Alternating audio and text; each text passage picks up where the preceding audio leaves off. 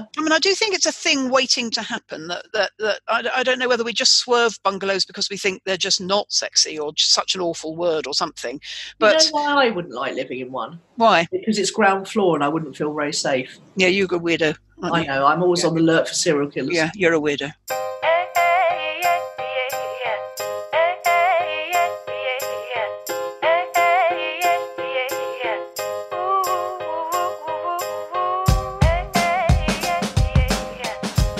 Welcome to Own It, Your Business and Your Life, with Nicola Cairncross and Judith Morgan. In this podcast, we're going to cover everything you need to embrace to become a successful entrepreneur, marketing, money, and much, much more. How to create a business doing just what you love. How to own it, your business and your life. This one will be fast, funny, feisty, and very lively. So sit back and enjoy the show.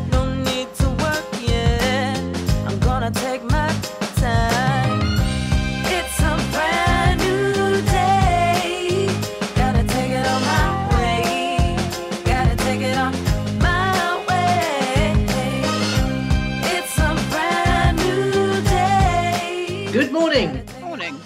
I have coffee and I have contact lenses, and that's all you need to record a podcast, I've discovered. Well, I can think of a few more things. You need a working microphone, computer, you need to have your clothes on. Yeah, I've got a few on, but I've got a blankie wrapped around me. That's the main thing. I don't think coffee's ideal, actually, because we both have it with milk and that clags up the pipes. Oh, okay. Yeah, and then it makes it talk faster. Yeah. You particularly. Yes, I know. Speedy, absolutely. Yeah. So how's your week been then?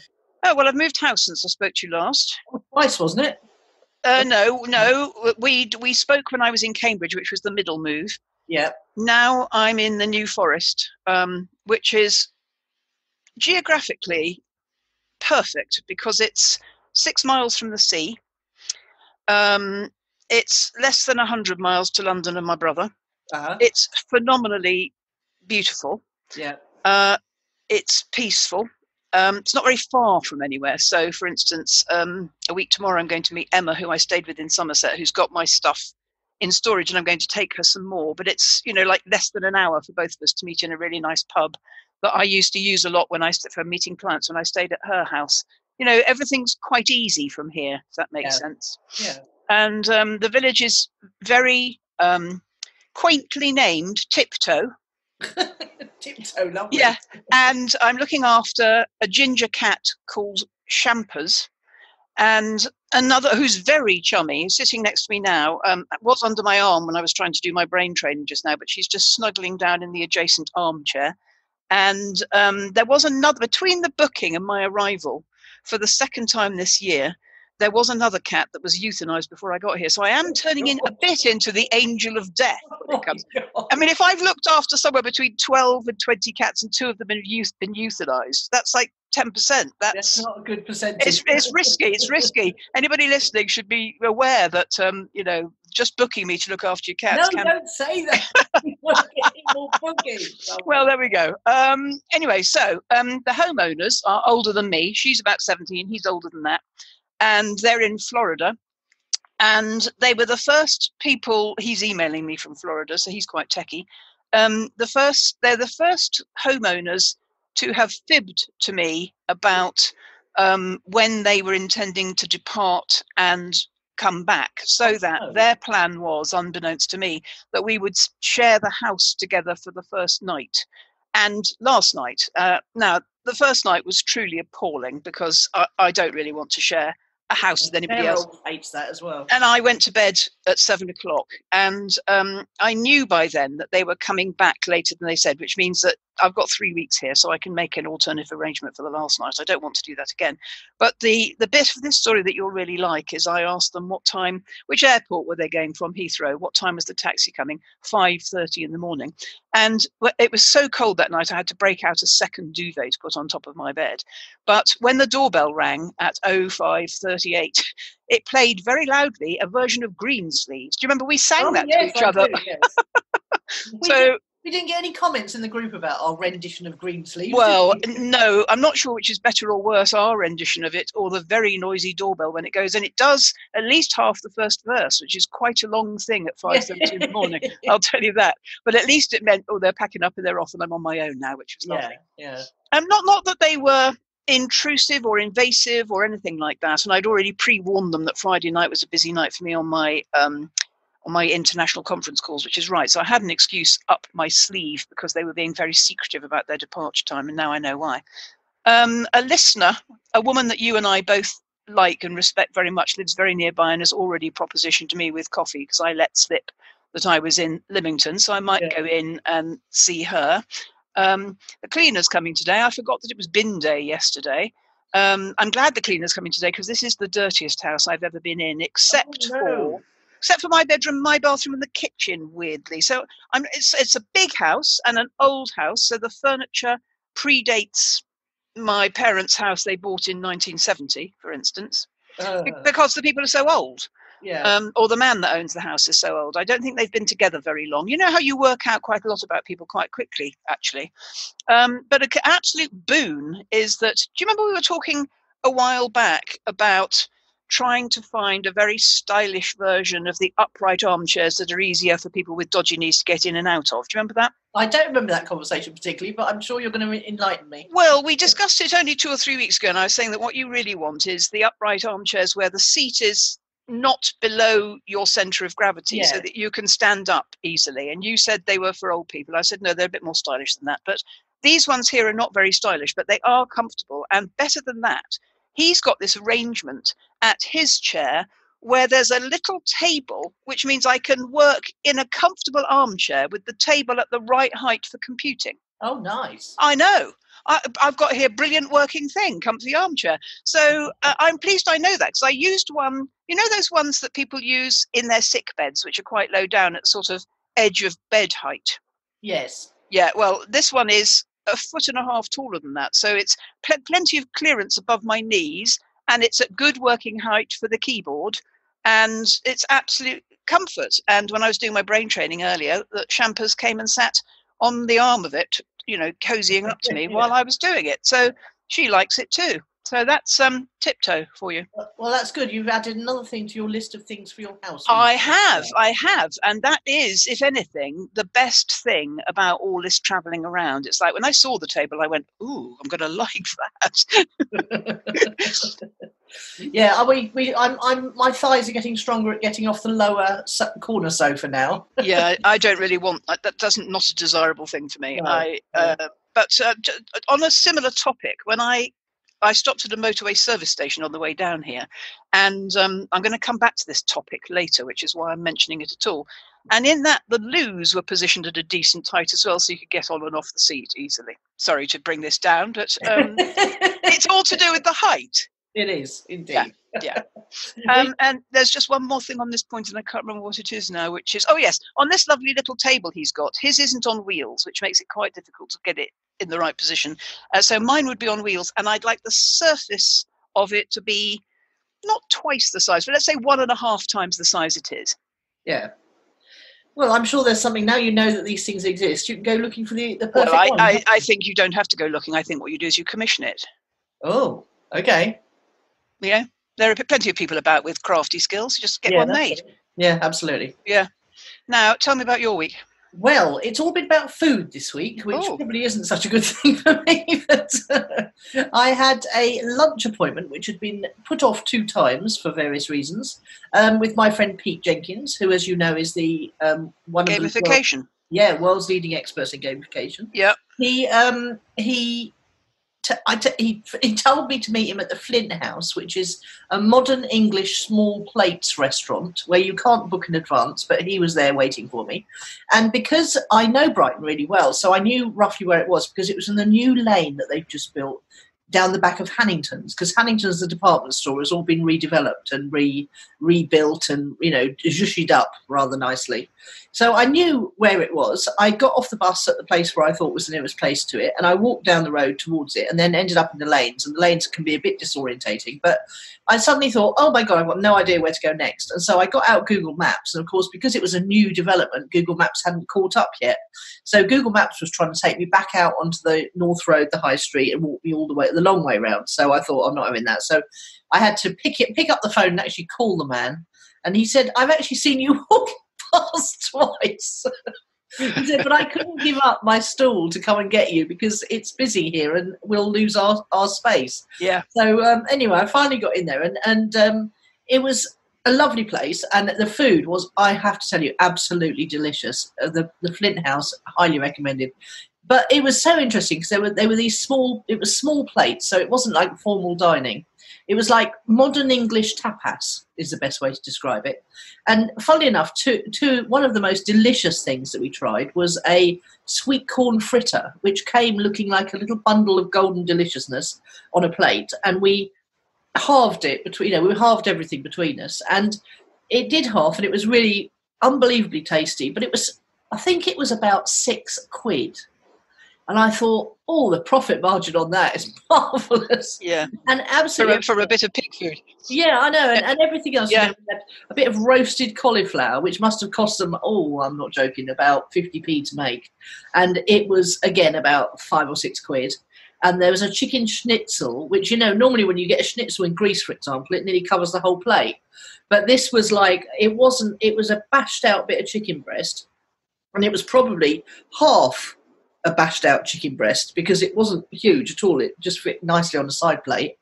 And it was absolutely delicious, but it was £8. And so I'm quite impressed with this place because as the food arrived, you thought, oh my God, it's tiny. And then as you started to eat it, you thought, oh my God, it's delicious. Yeah. So you happily paid in the end. And we had a glass of cava to start and a glass of Portuguese red with our main two plates. And we caught up on, it must be 3 or 4, about 6 months. And his life's changed dramatically and my life's changed dramatically. So we had lots to talk about. We compared our Tinder profiles because my sister's forced me to set one up the other day, which is hilarious. And it turned out that his age range was from Phoebe's age up to his age. And he said, I haven't seen you on Tinder. And I said, then we worked out which age ranges we had in. And I said, well, you could potentially be seen in mine, but I definitely wouldn't be seen in yours. So there was none of that embarrassing, I've swiped left. Right. Well, I actually think this couple who own this house, who are in Florida together, I don't imagine they met on an app, but they certainly met fairly recently and have set up home together in their 70s plus. Yeah. Yeah, my friend Helen Linder in Stupa, he's 82 now and she's coming up to 78. They met online about 6 or 7 years ago. And their main criteria was they wanted to meet someone clever. Because quite right. Yeah. Sapiosexual, you, me, them, and Mark Brunson. Can we go back to small plates? Yes. Speaking as an accountant for restaurants. Yeah, fine dining. Yeah. Of course, the ingredient cost is the least of it. By the time you've cooked it, paid the wages, paid the overhead, banged it on a plate, washed up a plate, blah, blah, blah, blah. But can I just tell you that the Italian word for plates is assaggi? And one of my favourite restaurants in the whole world is called Assaggi, and it's in Notting Hill. And you don't get small plates there, actually. But I have been to a restaurant in Florence where you just join a big table and eat whatever comes your way. And all of those ways of eating, small plates, actually, now would be my preferred way of eating because I can't really eat as much as I used to, oddly. Yeah. It's not that my appetite's gone, it's just I get full up much sooner. Yeah, and it's nice because you get to try lots of different things. Talking of tapas, Irving and my favourite restaurant was always Galicia at the top of Portobello Road and the corner of Goldbourne Road. And we had many, many happy evenings in there. And he sent me a picture last week of what it's turned into. And it's turned into a bar stroke snacks kind of place owned by Ed Sheeran. Oh. And Ed Sheeran goes to Cardamili in Greece, which is the next village along from where I go. Oh, he shouldn't be out in the sun without Factor 50. No, I know, but isn't it a small world? That it is a small world, yes. I mean, he is a proper entrepreneur. He's into everything. Yeah, no, good. He doesn't leave it at music at all, which I quite admire him for. And I'm so glad that it's turned into something, hospitality orientated, because it was all such an amazing place to go. And it would have been a real shame if it had turned into something dull. Yeah. So there you go. So that's I've learned something today as well. I didn't know that the department store in Brighton was called Hannington's. Yeah, the big one at the bottom of the road. Yeah. And on a final foodie note, the MasterChef Professional started this last week, and I'm absolutely loving it. I watch it every evening. It makes me want to cook better. It makes me try out new things, and I really absolutely love watching the professionals at work. They come in. Some of them, though, didn't know how to spatchcock a quail. I could have done that. I know. I could have done that, no trouble. I mean, that thing they make them do, I'm not watching this season because sometimes it creeps me out. That thing they make them do where they watch them fail at something at the beginning. I find that excruciating television. I can't bear to watch that. The skills test. No, they've all failed the skills test badly. Yeah. I wouldn't have been able to make beignets, but I could have spatchcocked a quail without even blinking. I think I might have found the beignets easier. I love a beignet, me, on the beaches in the south of France in the 70s. Young people used to walk along with these hot donuts. Lovely. Oh, and also New Orleans is a good place for a beignet. Absolutely, yes, it's very famous. Yes. It's a very famous beignet place. Indeed, the Café, I don't know what it's called, Café de Paris or something. I can't remember what it's called. You go there every morning for breakfast. Yeah, it is, yeah. Kardashians love going there. Ah, well, there you go. Good taste in some departments.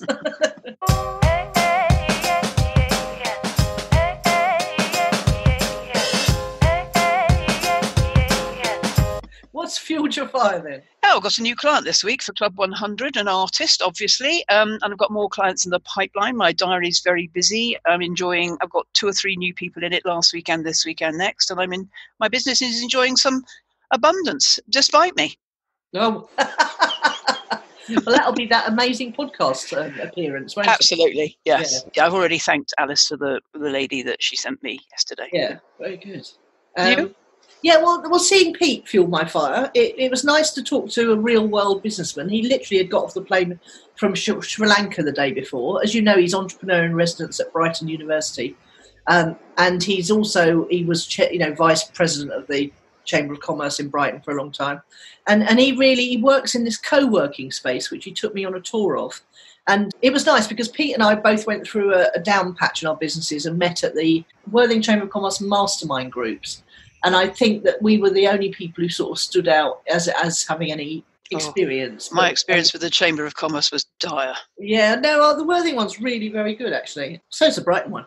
But we got on instantly, and we remained friends ever since, and we have these periodic lunches. And it was nice to reflect on how far we both come from those dismal days when he was trying to turn a failing telecoms company his dad had sort of given him to run into something more exciting. And now he's just got, jetting off to Sri Lanka, all expenses paid, to speak on gamification. And this co-working space was really nice. It was you could walk in and hot desk, and there was 3 floors, so there was a lively sort of ground floor, noisy cafe, lots of action, and then as you went up higher, it got quieter and quieter. But there was a really nice conference room which would be perfect for small workshops.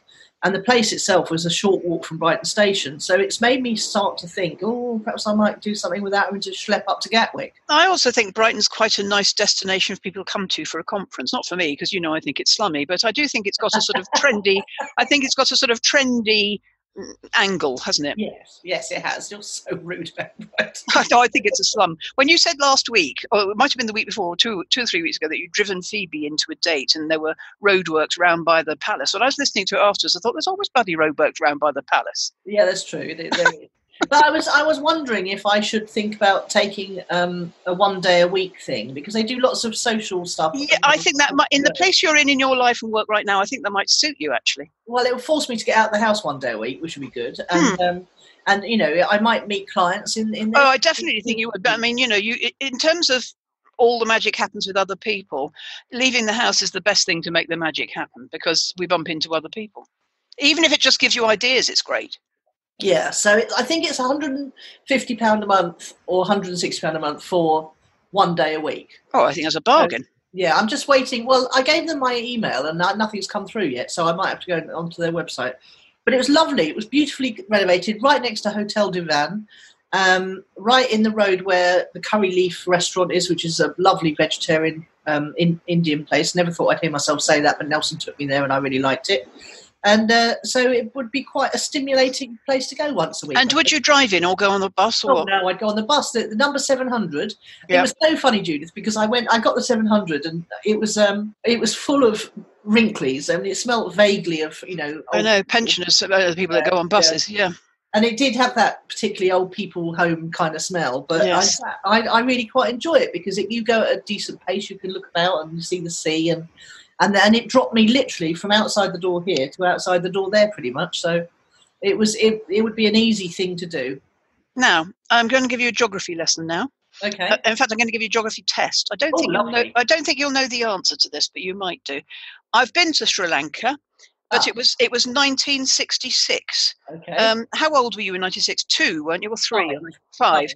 Do you know what Sri Lanka was called in 1966? Oh, you so do. It was called Ceylon. It was called Ceylon, yeah. Yes. And you know what the funny thing is? What? We only watched Ben Fogle's New Lives in the Wild about Sri Lanka the other night. And I said to the children, do you know what this used to be called? And they were like, oh, turn her off, for God's sake. Yes, exactly. It's a bit like, anyway, whatever. So, and the brilliant thing was, it was the first time we flew to Singapore, and it took 36 hours, and the aeroplane had had propellers on. And we stopped twice, once in the Middle East somewhere, which was dark in the middle of the night. We were 10 and 8. And once in Colombo, which was the capital of Ceylon. And when we took off, this is a memory we've never forgotten. When we took off from Colombo, next stop Singapore, they gave us in individual chilled see-through plastic bags, a vertical slice through a pineapple that you sucked and ate like a lolly. Oh, lovely. And you can imagine being hot and tired, and somebody gave you the chilled vertical slice of fresh pineapple. Oh, it must be so... We've never been able to forget it. That was 66. How long ago that is that? It's like 50-something years ago, and we've never forgotten it. Well, how amazing. Yeah. I can't even imagine going that far in a plane with a propeller in the first place. Well, no, quite. I mean, it used to take so long. What did you do with yourselves on you must be so... Well, that first time, the day we flew the first time was the day England won the World Cup. So it was quite a historic day. And then all subsequent flights after that we did on our own. But then you were called an unaccompanied minor, and you were a member of something called the PWYW Junior Jet Club. And they gave you these wonderful tins full of crayons and crunchy bars. And there was a universal aunt, as she was called, that used to look after you. And there was quite a lot of us. So you just, slept, ate. We didn't watch films in those days, I don't think. You crayoned. And I don't know what we did, really. I can't remember. I think I've blotted that bit out of my memory. Not the pineapple, but the rest of it I've blotted out of my memory. The endless hours of boredom, yeah. But these beautiful PWYW tins that they gave us with the chocolates and the pencils in, everybody at boarding school had one of those as like a badge of honour, because you'd travelled, thousands and thousands of miles away from your parents, and you'd been sort of bribed to do it with this badge of honour. I can remember it now, and people listening who did it, who had a life like mine, will remember it was like a white background, quite a big tin that fitted crayons and crunchies, but it had fauna and flora and animals, all the things from the flying around the world, like sort of a microcosm of a David Attenborough program on a tin, if that makes sense. Marvellous. They probably, if anyone could have delayed gratification and kept their tin intact, they'd probably be worth a fortune. Well, if only we'd kept them, we could have sold the tin on the Antiques Roadshow now, not the chocolate bars and the crayons, but just the tins, actually. Yeah. They must be collector's items, I would think. Yeah, I would think so. Not me, though, no, don't do any hoarding. Yeah, no hoarding this around these parts. Yeah. Phoebe continues her cull of everything that is not strapped down. I'm culling big styly while I'm here. I had to enlighten her, though, that her kitten heel boots that she's selling were actually stilettos. But she's getting rid of all her boots now because she doesn't wear them. Yeah, I've got to throw out an old pair of Converse, an old pair of boots, and replace them with new. But fortunately, at the moment, I can afford to do that, so that's good.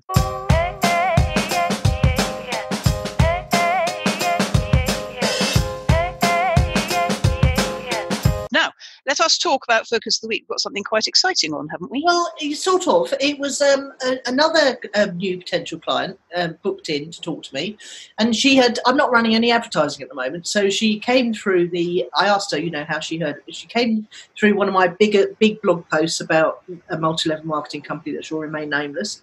And she read that, and she was in the position where she's a highly, highly intelligent woman, and she's married with 2 children, and she has hit a glass ceiling at her work. She's got a PhD in something. She's very, very specialist engineering type type person, and she's miserable, absolutely miserable. And as people do in this situation, that she's looking for a way out, and she's falling prey to some of the worst the best copywriting on the planet. Yeah. And which is has made her buy some of the worst things. Yeah. Including several things that shall remain nameless, but are basically business in a box. People, especially I think the more analytical people, fall prey to buying businesses in a box because they don't feel creative enough to create their own businesses. And they want to just buy something that is tried and tested and proven. And you can't blame them for that at all. And I've fallen for it on several occasions as well. And it's a real seduction. And so she spent a lot of money on various things. And one of her things she bought was from someone very reputable. So, it wasn't any old rubbish. It wasn't any old push button, magic button, turnkey thing. It was a fully thought out business in a box. I said, so did you get to choose your niche, or were you assigned a niche? And she said, I was assigned one. And it was about dogs. And I said, so do you have a dog? And she said, no. And I said, are you interested in dogs? She said, not really. And I said, so what do you have to do at the end of this? And it was a big investment initially, and then quite a substantial monthly recurring payment. Yeah. And to keep it live. And she said, all I have to do is add content regularly and drive traffic to it. Oh, and I said, a full-time job on a topic you're not interested in. I said, only the two hardest things. Yes.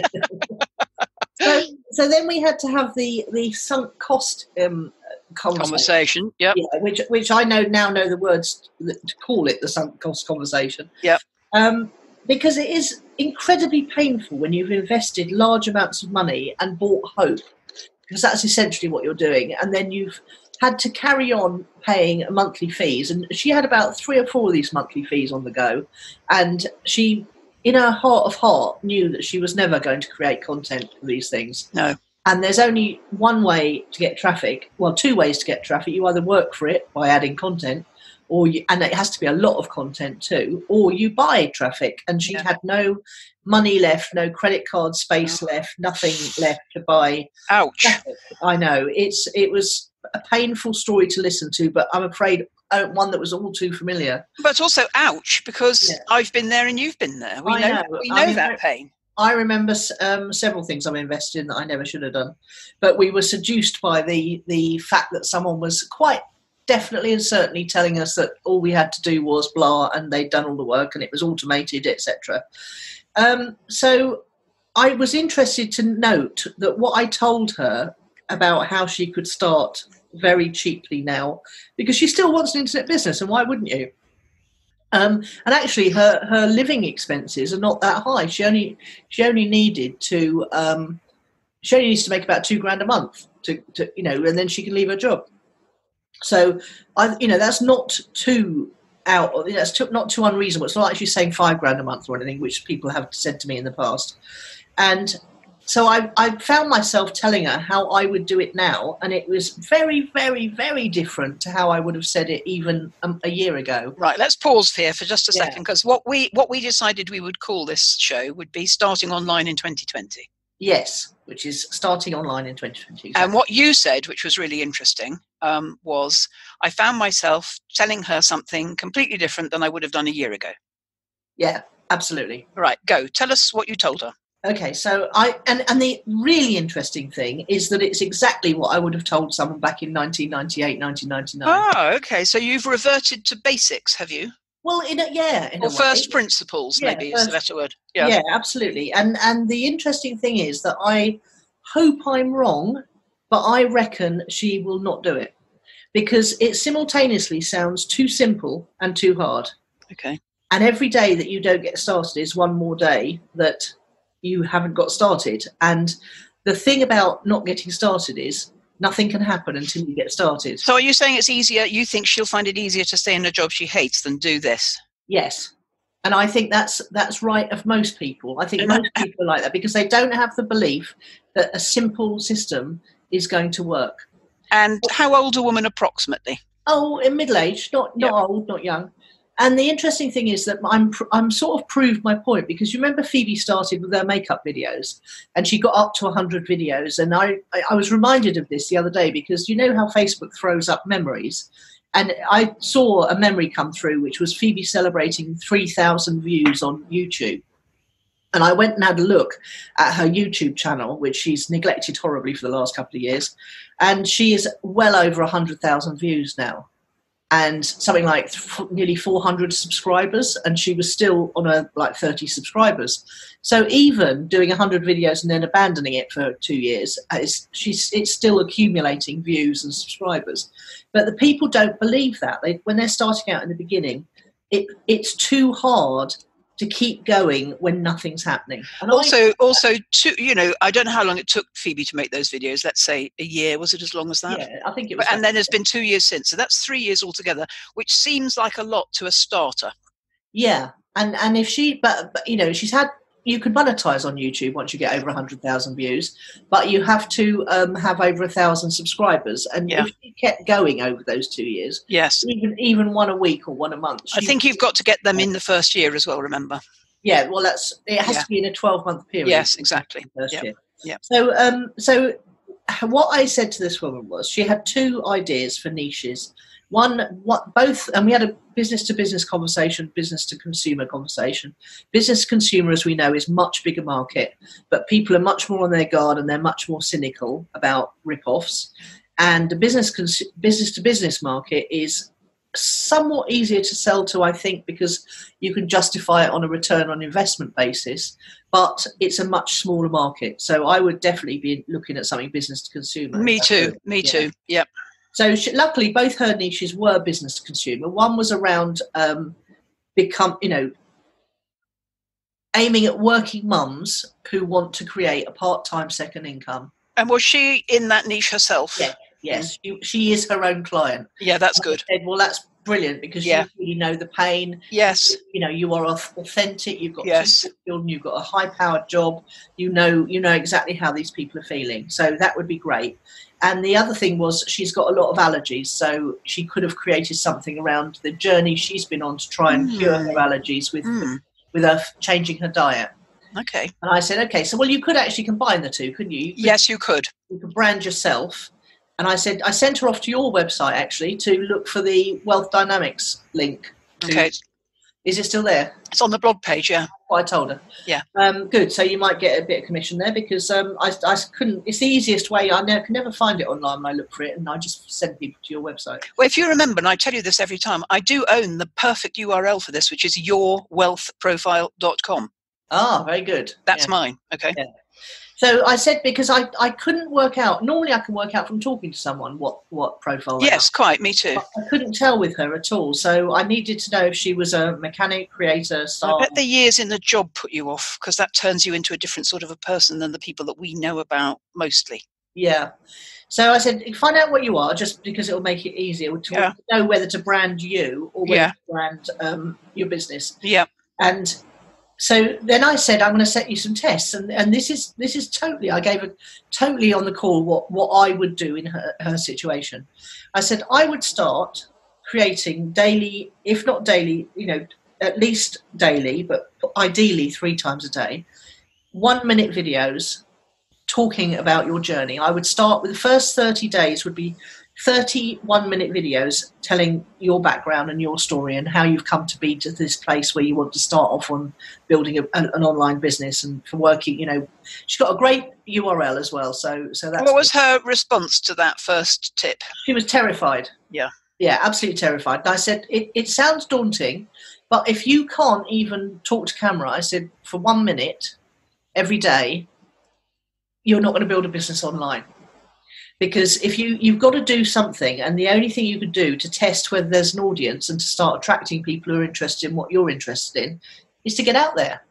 And blogging simply doesn't cut it anymore. No, it doesn't. No, absolutely right. And she'd actually already been through the Be Everywhere Online process. She'd watched the videos, she downloaded the instructions, she'd done everything. She'd done everything except do anything. Yes. So I said, okay, so here it is. So if you could sit down and brainstorm what you would talk about every day for a minute over the next 30 days. Say 15 days about your backstory, 15 days about the things you've tried and the things you found useful and the things you haven't found useful, what you've learnt. I said there's 30 days there, easy. And then what you do is every week you follow the Be Everywhere Online process. You put your 7 1-minute videos together into one 7-minute video. You top and tail it and you pop it onto your Facebook page, your YouTube. And because it's about career change, you could pop it onto LinkedIn. And I said, but by starting recording the videos live, you can either do it on Facebook Live, but I recommended TikTok because there's a lot of young women on there. You will start to build an audience, and that's what you need, because you need instant feedback about whether anyone's interested in your niche. And the people's comments will actually buoy you on. They'll spur you on. So I said, you don't need to do anything on a website. You don't need to do anything on any of your social media except have a presence. But you do need to create content and start building an audience. And it's simultaneously really simple and really hard. And I don't know if she's going to do it. But then I've just literally a minute ago, as I was, I've got my phone muted and I saw a notification come through. She's replied to my follow-up email I sent her, just telling her what 1, 2 and 3 what to do. And she said, I made my first video yesterday. Well, I do think a challenge like this is what I did to the potential new client yesterday. To throw down a challenge to get them started is a brilliant tactic, I think. Yeah. Because it's finite. So 30 days in her example. Mine was a financially based one with the other, units and money before Christmas. I do think it's a brilliant way to get them started. And because I always call it the challenge Annika. It's almost like when you go into a bank, you say, can I borrow some money? They say, here's a leaflet, fill it out, bring it back. If you never bring it back, they never have to think about you. If they never complete the challenge, we don't have to worry about it. Yeah. I used to, with the Money Gym days, I used to send them the book. I think I used to send them a book and tell them to come back when they'd read it. And the other thing that I said to her was, okay, so she gave me a list of what she's still paying for on a monthly basis. I said she was ready to sign up there and then. She was ready to sign up with the mentoring. And I said, no. I said, I want you to save at least as much money or more by going and cancelling some of these payments. Absolutely. I do not want to join the list of people who are taking your money. No, I agree. When you might never make use of what I've got to teach you. Yes. And so I said, come back when you save more than £100 a month. So she's done her first vid, which is excellent. Yeah, I don't know any more than that because obviously. No, absolutely, yes, got you. Yeah. But it was so interesting that's exactly how I started the Money Gym, was by learning about a topic I was interested in and chronicling my journey day by day, week by week in an e-zine actually is what I did. And then I put it on a website and archived it, and that was an early form of blogging. But now, writing just doesn't cut it. No, I agree. It's not something I would do now either. No, and creating video is the most effective way of creating content, but it's also the most effective way of building an audience. So fingers crossed she'll do that, and she'll get so fired up by the reactions and comments and likes that she'll carry on, because I think you do need encouragement, and you need to know that something's working, and that's the quickest, fastest feedback you can get is going live on a social media platform. Yeah. So there you go. And then I said, after that, once we know you can create content, we can then talk about what to do with it. But until you start creating it, not worth talking about. So starting online in 2020 is quite a simple matter. Start to build an audience by creating content. The best way to do that is 31-minute videos over 30 days. Yeah, and do it on the platform of your choice that enables you to go live. It might be Instagram, it might be... but the only reason I recommended TikTok was because TikTok are not throttling your reach, whereas Instagram and Facebook are horribly throttling your reach. So TikTok will show you beyond... If you start on TikTok, you've got no followers, but they will show you to whoever has liked similar content. So you've got a much better chance of building an audience really fast on TikTok. I'll give you an example. If I put a 1-minute video on Facebook, Instagram, TikTok and Twitter, I would get something like 100 to 150 views in the first 24 hours on TikTok, whereas I'd be lucky to get 30 to 50 views on any of the others. Yeah. And actually, the interesting thing, we called this starting online in 2020, but there's nothing to stop anybody listening who hasn't got a big enough audience or an audience at all. They could be quite well advanced in any business of just challenging themselves to do this anyway. Yeah. I think our audience are on LinkedIn and Pinterest as well. But, you can put 1-minute videos on LinkedIn and Pinterest, I think, but it would be much better to wait and group them into 7-minute ones for those two platforms. And as long as they're under 10 minutes, LinkedIn will show you far and wide at the moment because their algorithm's not throttling you back. No idea about Pinterest, but I suspect young women with children, youngish women with children, will be on Pinterest for things like interior design and stuff. So it's worth investigating that at least. But yeah, so that's what I told her, and fingers crossed she'll do it. She was a really likeable person. I felt very bad for her that she'd been seduced, like we all have, by the promises of easy turnkey businesses. There is no such thing. Sorry. I wish there was. I'd have bought one. I think there is if you buy a franchise, but not a business in a box for online income. No, I agree. Yeah. I just remember someone who did present on their business in a box in when I was in Vegas, and they are a very reputable person, but it was a significantly larger investment. I think the thing is, you can't really expect someone to build you a business for £2,000 or dollars. I know why people like me and that person, and why we, the creators, would want to do that. It's because we think, oh, everybody's making such a fuss about starting business. Why don't I help them by making one in a box? I know that's not. I know that altruism isn't universal, but it's where I would be coming from. But the problem is, as we discussed on one of our podcasts before, is that the people that buy them either don't follow them or can't follow them or won't follow them.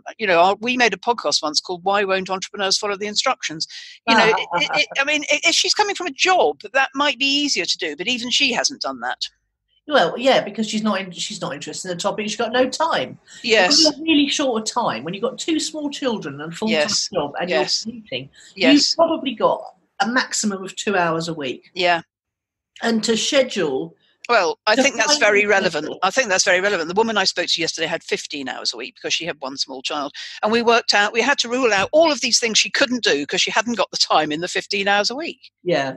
What's that expression? You overestimate what you can do in a year and you underestimate what you can do in 10 years. And it sort of holds true on a micro level as well as a macro level. You probably overestimate what you can do in an hour and underestimate what you can do in 10 hours. I mean, I think if you're on your own and you're a busy woman trogging through, and you've got all those commitments to your job and your family, actually sitting down to trog through the details to make something happen in your leisure time that might overtake your day job, that's not an easy thing. It's not even an inspiring or exciting thing. No. It's a slog. And how to do it, how to make yourself do it, especially when you see no results. That's the thing. You need quick feedback, I think, which encourages you to keep going. I do think dogs is a fabulous niche, but not if you haven't got one and don't like them. Do you know what I mean? Yes, it's totally sad, isn't it? Because you whatever you post about dogs, you always get tons of feedback and interest. Other people love it. Absolutely. We're suckers for dogs and cats. I know. Lots of puppies and kittens on TikTok, I can tell you. It sucks me, and I haven't even got one. Right, so that was our focus of the week. Yes, good. Starting online in 2020, what we would do if we were starting over online. And what's interesting is you're saying it's the same in principle, although not in execution, to what you would recommend people years ago. Yeah, absolutely. Yes, start with the fundamentals. Yeah.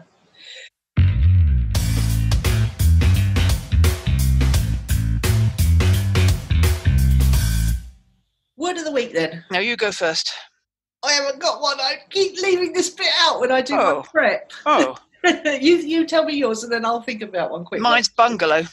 Yeah, you did startle me earlier with your bungalow conversation. Yeah, it's bungalow. Do you remember lovely Sally Cross, who has been a client of mine, did own a branch of the cleaning business, is not desperate, very enthusiastic to make an MLM business work, is a lovely sociable person, was your PA once, Yes. did supply your cleaning lady once. We've got loads in common with Sally, and I visited her in the summer and she helped me out because I didn't have a printer, and she made me a lunch. We just laughed all day, and Trevor was there, her husband, who's recently retired. And she's a wonderful, wonderful, wonderful person. And I was talking about bungalows that day, and the word they use is bungaloidalo, which is so funny and so classically Sally Cross that I've been calling them bungaloidalos ever since, which is they're desperate, but if you get them right, they're perfect. Oh, my mum was always very keen on bungalows. I've lived in many, many bungalows.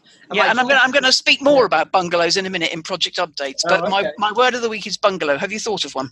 Yeah, it's going to be food, because the whole week's been about fine dining and great food and how wonderful it is to get together with friends and eat and enjoy every mouthful. Well, you haven't told us that. You told us you had one lunch out and MasterChef the Professionals. Have you had other foodie opportunities? Oh, yeah, we're always eating here. The kids are very keen cooks. I mean, they've really absorbed it from Steve. The only thing is 3 people cooking different meals every night makes an awful lot of washing up. Yeah, that's quite a fuss, isn't it? Yeah, it is. But we've got that rotated now. So I wash up in the mornings most of the time. Phoebe picks up the slack when I'm too busy, and Nelson just puts away constantly. So every time he knows, every time he goes in the kitchen, look and see if there's any washing up, drying up, put it away. If there is, do it. Yeah, exactly. It's working beautifully.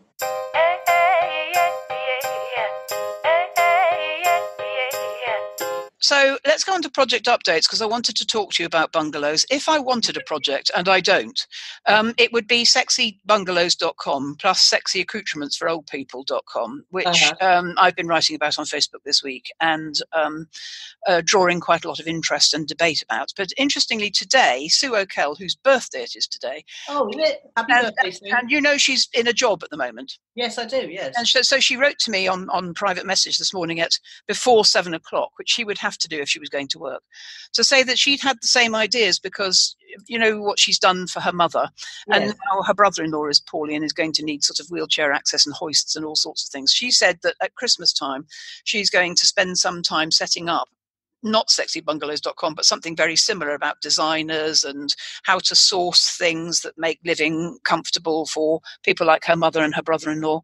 And what a great idea. Yes, what a great idea. Yes, she's stolen my idea, actually. But actually, I don't need a project, so she can have it. But were I having a project, it would be called sexybungalows.com. And for me, actually, it's all about the design, because the things that are available for older people with dodgy knees, are not sexy. They're quite the opposite. Yeah. As I said, grown up in bungalows, because my mother was very keen on them, and there's a lot of proliferation of them in Worthing, because Worthing is a retirement. That's true. That's true. But when you come over onto the beach, Shoreham Beach, which is not the bit you drive through, it's the bit that's a little bit off the beaten path. Yes. Around in a loop. Yes. There are some very beautifully renovated bungalows. Indeed, sexy bungalows. Yeah. Sexy bungalows do exist. I've got a full range of them on my shortlist at Rightmove. But what's odd is that the classic classic bungalow has that extraordinary fireplace arrangement with a wonky chimney and sort of a crazy paving decorative work around a horrible old-fashioned. Oh, grim. York stone fireplaces in the 60s and 70s. And also they're riddled with stairs and they've got these horrible, dangerous baths in them. It's like, it's just weird. They're missing the whole point. But do you know what's brilliant about a sexy bungalow, whether it's sexy or not, is they often come on quite a large plot. They do. Good God. So I remember seeing once on one of those programs, the £100,000 house or whatever it was, that if you can get a bungalow and knock it down, you do end up with quite a lot of land. Yeah. Oh, I just remembered. Remember when my dad had a bungalow in Findon and Heather bought the old lady's bungalow next door? No. And she spent the next year or so renovating that, and the rooms were enormous. Yeah. And the garden was great too. Yeah. And she did very well out of that bungalow, I remember. I mean, I do think it's a thing waiting to happen. That I don't know whether we just swerve bungalows because we think they're just not sexy or just such an awful word or something. But you know why I wouldn't like living in one? Why? Because it's ground floor and I wouldn't feel very safe. Yeah, you're a weirdo. I know. I'm always on the alert for serial killers. Yeah, you're a weirdo. Tell me about your project updates. Well, very brief, really. I've had some Stupid Life has had some tech glitches in that I was waiting for a translation in English to Greek to come back from one of my contacts out there, and that finally came because we want to send them an email that says scroll down for Greek, and then it sets out our proposal in English, and then they can scroll down and read it all in Greek. So that took a little while. Isn't there just a button on websites these days where you can translate? No, but this is an email that's going to go to. Oh, right, okay. Yeah. And I want to say scroll down for Greek. And anyway, so that's that. And then when I was finally ready, I realised I needed to start putting some listing in because it's not going to be a useful website till it's got some good listings. Then I realised that I had to set it up so that it complied with European guidelines and recommendations that people should tick a box to say that they're happy to hear from us in the future. And I realised that I was uncomfortable setting up a listing and ticking that box, and I'd actually set it up to be mandatory, not optional. So it took the developer 2 days to fix that, and it was very funny when I spoke to my business partner. He said, I won't use the exact words he used, but you can imagine because he's got quite a colourful turn. He said, so you're telling me now that we're now paying the developer to fix something that you originally told him to do in the first place, which now stops us doing anything we want to do, and now we're going to have to pay the developer to fix that again now. And I said, yes, that's pretty much it. But I realised I was being a good girl. You know how keen we both are to do things right and to be good girls, if you like. I had made something obligatory that actually was just recommended, and I was, screwing our business a little bit because of that. Yeah. But so that's that, and that took quite a lot of doing. There was several conversations backwards and forwards to India where my written English is a bit too colloquial for the Indians because they speak quite formal English. So I have to keep reining back my colloquialisms. And then we finally had a Skype conversation where I was able to demonstrate and show him by sharing a screen what I meant, and that was quite good. So we got there in the end. So I'm now ready today after we've done this and I've done my next call to start adding listings and sending these emails. And then the only other project update is that I've just noticed that the BBC Writers' Room are opening up their drama workshop. They have a thing called a drama workshop. It's 6 months, and it's free. And in order to get onto it, you go once a month to London and work in a team, and learn different things and work with different people. And it's screenplay writing, so it'd be right up my street. And but you have to. It's opening on the 9th of the 12th. There's a 1 month window to submit the first 30 minutes of your screenplay. So I'm thinking, I might quite have a go at that. Yeah. That would be quite a nice little fun project. Absolutely. You never know. So, yeah, that's it really, apart from that. So who or what's impressed? Ant and Dec and their 2 programmes about following their DNA around the world. Oh, I've put that on my list to watch. God, it was brilliant. Was it good?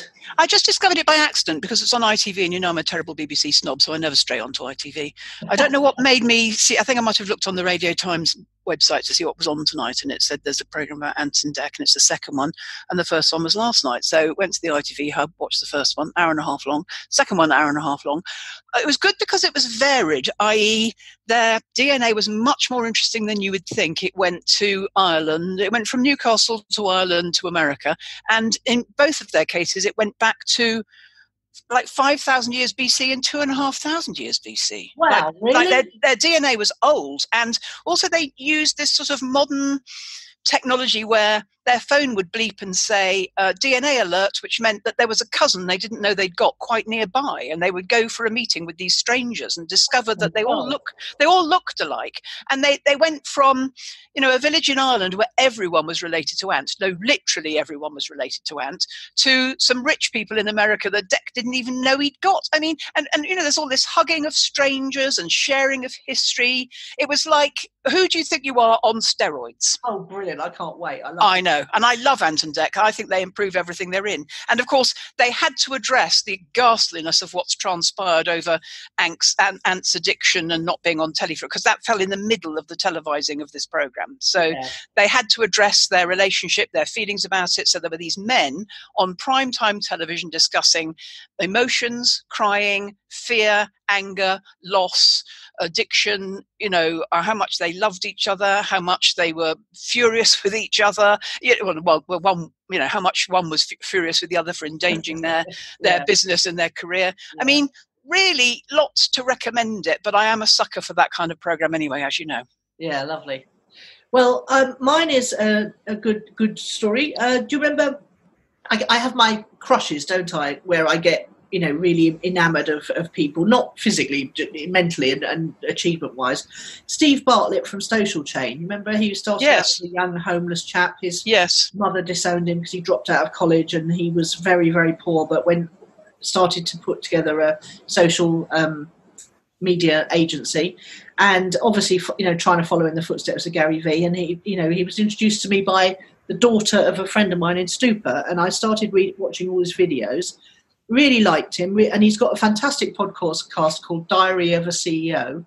And last week, his company went public via a reverse takeover in Germany, and he and his little business partner, who I say little because he's quite behind the scenes and not very public and everything. I just mean he's very much there running. Backseat.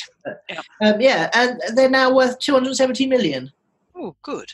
So from homeless 10 years ago to a company worth 270 million in 10 years. I mean, it's just astonishing. And he's a self-confessed workaholic. He struggles to have relationships and things, and is just completely obsessed with business. And but it was lovely, and it was really nice to hear on his Diary of a CEO, which is a very intimate look at what being a CEO really is like.